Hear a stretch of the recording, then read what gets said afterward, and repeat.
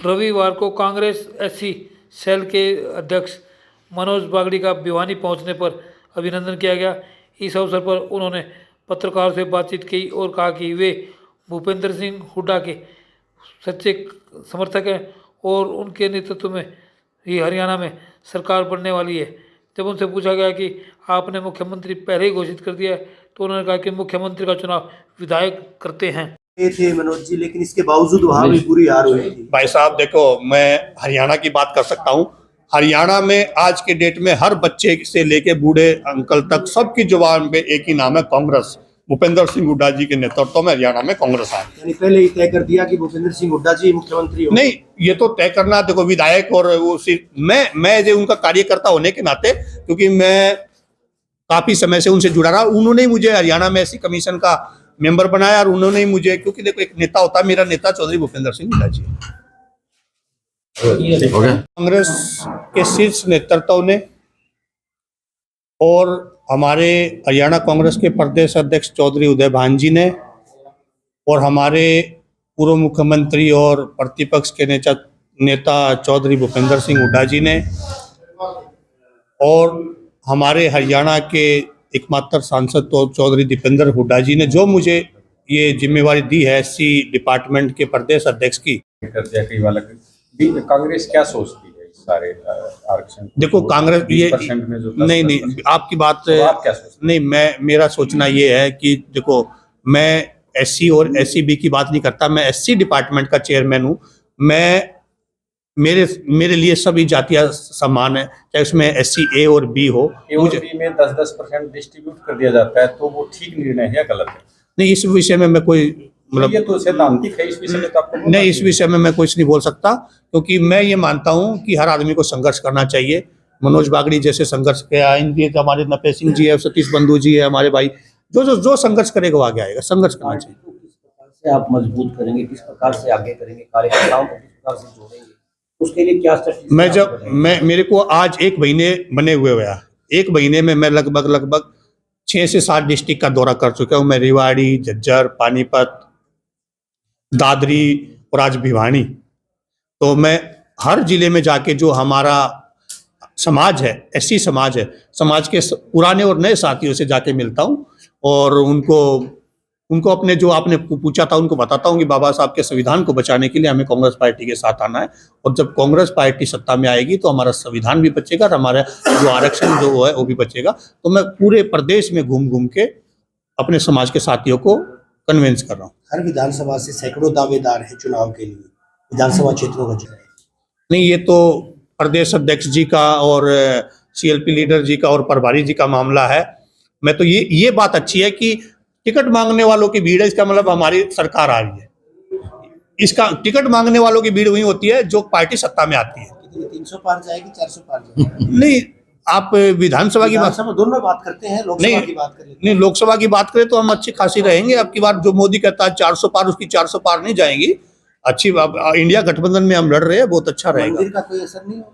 नहीं, मंदिर का ऐसा है, हम सब अब मंदिर अभी बना है क्या, उससे पहले हम राम को नहीं मानते थे क्या? हम तो हमारा तो हरियाणा में कल्चर है, राम के बगैर हम बात नहीं करते हैं।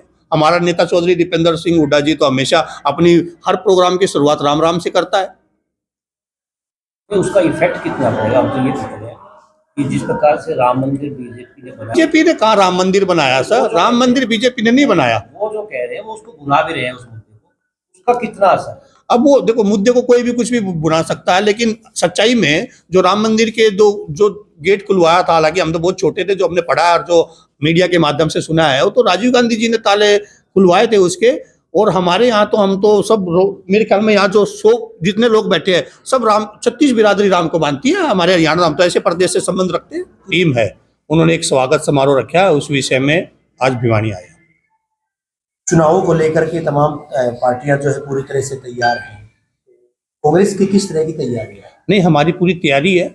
हमारे प्रदेश अध्यक्ष चौधरी उदय भान जी और चौधरी भूपेंद्र सिंह हुड्डा जी हर विधानसभा में जाके विधानसभा टू विधानसभा मीटिंग कर रहे हैं। उन्होंने विपक्ष आपके समक्ष एक प्रोग्राम चलाया था जो कि काफी हमारा सक्सेस रहा। अब हमारे 90 के 90 हल्के में जन आक्रोश रैलियां चल रही है, सब हमारी बड़ी कामयाब हो रही है। पब्लिक चौधरी भूपेंद्र सिंह हुड्डा जी को सुनने के लिए आती है। इसमें भी एक विपक्ष और है तो उस विपक्ष से कैसे? नहीं, हमारी पार्टी कांग्रेस पार्टी एक है, कांग्रेस पार्टी के सब नेता एक है, कोई विपक्ष नहीं है। मतलब अभी तक संगठन जो है वो नहीं बन पाया आपका, और आप कह रहे हैं कि हम चुनाव के लिए बिल्कुल तैयार हैं। नहीं, कैसे हमारा एससी डिपार्टमेंट के संगठन की बात नहीं, नहीं वो देखो मेन संगठन की बात तो आप चौधरी उदय भान जी से पूछेंगे, क्योंकि हमारे वो आदरणीय अध्यक्ष आप है। कह रहे हैं कि हम चुनाव के लिए पूर्ण रूप से तैयार हैं, जब संगठन ही नहीं बन नहीं, पाया। पिछली बार भी संगठन नहीं था हमारे पास, तो हम चुनाव लड़े थे और उम्मीद से ज्यादा हम 31 सीटों पे जीते थे, जो कि मीडिया ये कह रही थी कि हम 7 से 8 सीटें जीतेंगे, तो हम पिछली बार 31 सीटें जीते थे। लोकसभा के परिप्रेक्ष्य में बात करें, लोकसभा में तो पिछली बार संगठन नहीं था और जो हसर हुआ था वो आपको ही पता है। देखो ठीक है, एक लहर थी 2019 में मोदी जी के नाम से। अब जनता को पता चल गया, जो मोदी जी के जुमले जो हम लोगों को जिन्होंने बकाया 15 लाख रुपए देंगे, 2 करोड़ रोजगार देंगे, और खासकर जो हमारा गरीब वंचित और ओबीसी समाज था, उनको सबको पता चल चुका है मोदी जी के बारे में कि वो उनके जुमले होते हैं काम करने। देखो जनता एक बार मौका सबको देती कि रिजर्व सीट होती है, जो एससी सीट है, उस पर एससी को जो है वो प्रतिनिधित्व दिया जाए, वहां पर टिकट दी जाए, ऐसा अभी तक बात करें पूरे देश की बात करें। हरियाणा की। अगर एससी की बात करें आप, जो है विधायक, ऐसा नहीं हुआ कि उसको टिकट? देखो ऐसा नहीं हुआ, हर प्रदेश की अलग परिस्थिति होती है। मैं एज एससी डिपार्टमेंट का अध्यक्ष होने के नाते, हम जो 17 सीटें हमारी एससी की है, उन पे तो हम हमारे सब समाज के लोगों को, आपका बिल्कुल क्वेश्चन वाजिब है, उन पर तो मिलेगा ही मिलेगा। जहाँ पे हमारे समाज की हम 30% से ज्यादा पॉपुलेशन होगी, हम अपने शीर्ष नेतृत्व को, चौधरी उदय भान जी को, चौधरी भूपेंद्र सिंह हुड्डा जी को बताएंगे उस बारे में। वहां भी हम कोशिश करेंगे भाई, जहाँ पे हमारे समाज की एससी एसटी की जहाँ पे पॉपुलेशन ज्यादा, हम टिकट मांगेंगे। चौधरी उदय भान पर जो है हुड्डा खेमे का टैग लगा है। दूसरे खेमे में भी हालांकि बड़े नेता हैं, किरण चौधरी की बात करें, आप कुमारी शैलजा की बात करें, वो भी नुमाइंदगी करती है ऐसे समाज की। रणदीप सिंह सुरजेवाला की बात करें, कांग्रेस के राष्ट्रीय महासचिव भी हैं, राहुल गांधी के नजदीकी हैं।